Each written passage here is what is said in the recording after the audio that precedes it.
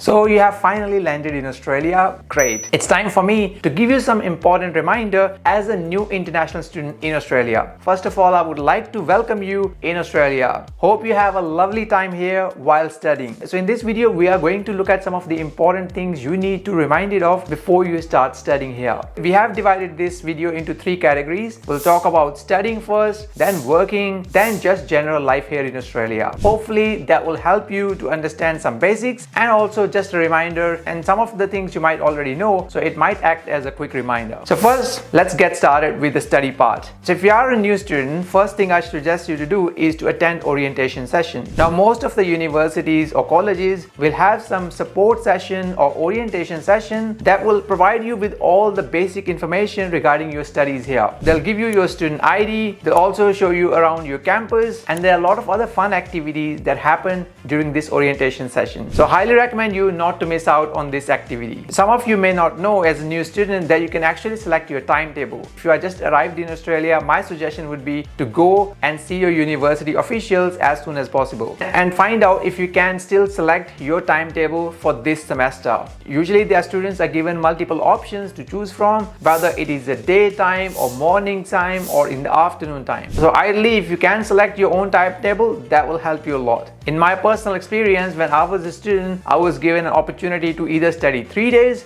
or 2 days. So I ended up choosing an option where I only had to do studies for 2 long days instead of 3 shorter days. The next thing you should get when you're studying is USI. This is Unique Student Identifier that most of the international students are required to have. It's a number issued by government that will help you to track your education here in Australia. And you can also download your transcripts from there as well. You may not get those transcripts right away, but once you finish your course, you're likely to get it. And most of the students coming to Australia usually provided this information by their university or their college. The next thing will be regarding getting support. Now, some of you might have come to Australia. It might be different culture in terms of how you talk to your teachers and how you get support. So my suggestion would be don't shy. If you need support regarding your assessments or studies, please reach out to the support staff members. They are there to help you. You are paying your university for providing these services as well on top of education. So if you are finding any difficulties regarding your studies or assignments or just general things, please reach out to the support team at your university.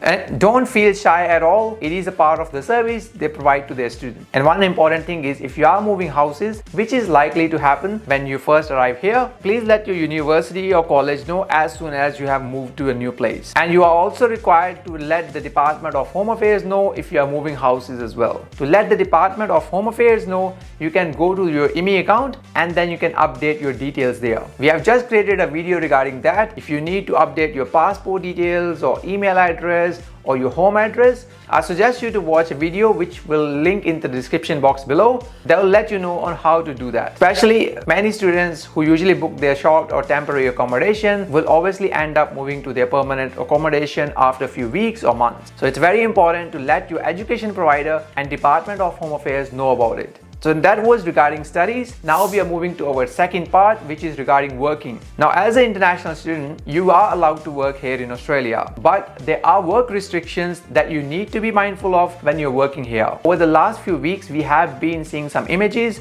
floating around on social media where there was regarding student visa cancellation for working excessive hours during the study period. So whether you work on ABN or on TFN, you need to abide by these work hour restrictions. Currently, the work hour limits for international students when their study is in session is 48 hours in a fortnight, which works out to be usually around 24 hours in a week. Obviously, you are allowed to work unlimited hours during your official school holidays, but during your semester and study period, make sure you abide by the work hour limitations. Another important thing regarding working in Australia as an international student is that you have work rights, which means that you are entitled to get a minimum wage rate, which obviously gets updated each year at the start of July. The current minimum wage in Australia is $24.10 per hour. Obviously, it can vary also depending upon your age and the industry you work in. But there are minimum wage rates that you need to get when you are working here in Australia. There are other rights and entitlements that you also have as an international student. So to find more details regarding that, I highly recommend you to check the Fairwork Australia website, which provides a specific information for international international students regarding their work rights here.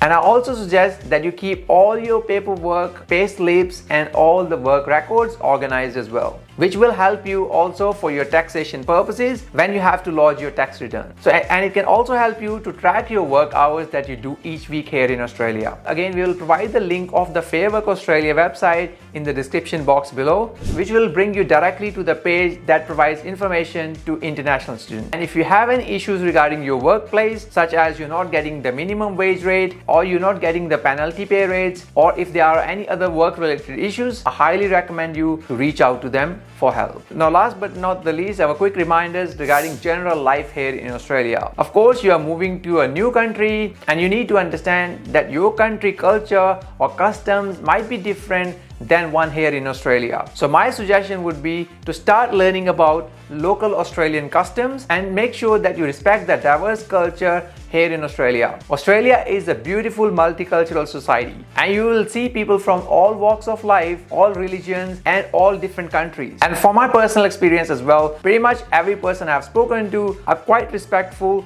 whether you are from one religion or the another. There are no such issues whether you are local, immigrant, or come from a different faith or different background. Most of the people are quite respectful of what you do, and you need to be respectful toward them as well. It's also important that you familiarize yourself with some basic local laws, such as driving or how to drive in Australia, especially if you are planning to drive here. Also regarding drinking age, what's the minimum age limit? Regarding public transport rules, what you should do and you should not do when traveling on a public transport here in Australia. And if you are smoking, also regarding smoking, which areas you can smoke and what you can do or can't do when you're smoking here in Australia. Of course, there are other laws that you need to be mindful of as well, but these are some of the basic ones that you should start learning about it as soon as you arrive. Also, it's very important to try to understand the Australian way of life, which will help you to integrate better into the Australian community and society. In terms of buying things here in Australia, my suggestion would be always look out for some student discounts or student deals,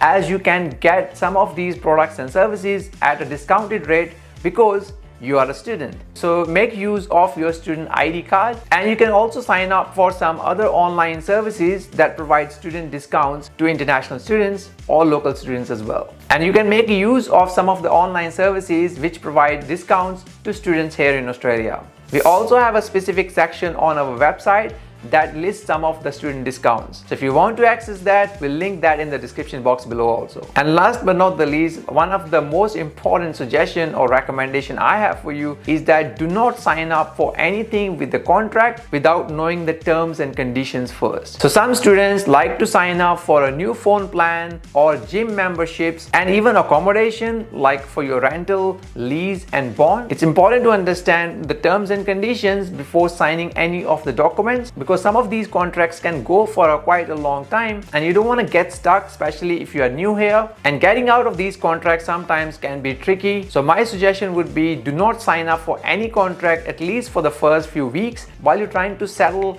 your life here in Australia. So these were some of the quick reminders that we wanted to send out to all international students who have just arrived here in Australia for their studies. February and March is a typical season for international students to arrive and start studying, as it is the start of a new academic year here in Australia. And I would like to wish you all the very best again for your studies. I hope you all do well and achieve amazing results as an international student in Australia. Now, if you are looking for some part-time work in Australia, it is a good idea to do some short courses that might help you to land that job faster. We've got a really comprehensive video regarding the top 9 short courses that you can do as an international student, which you can check by clicking this link over here.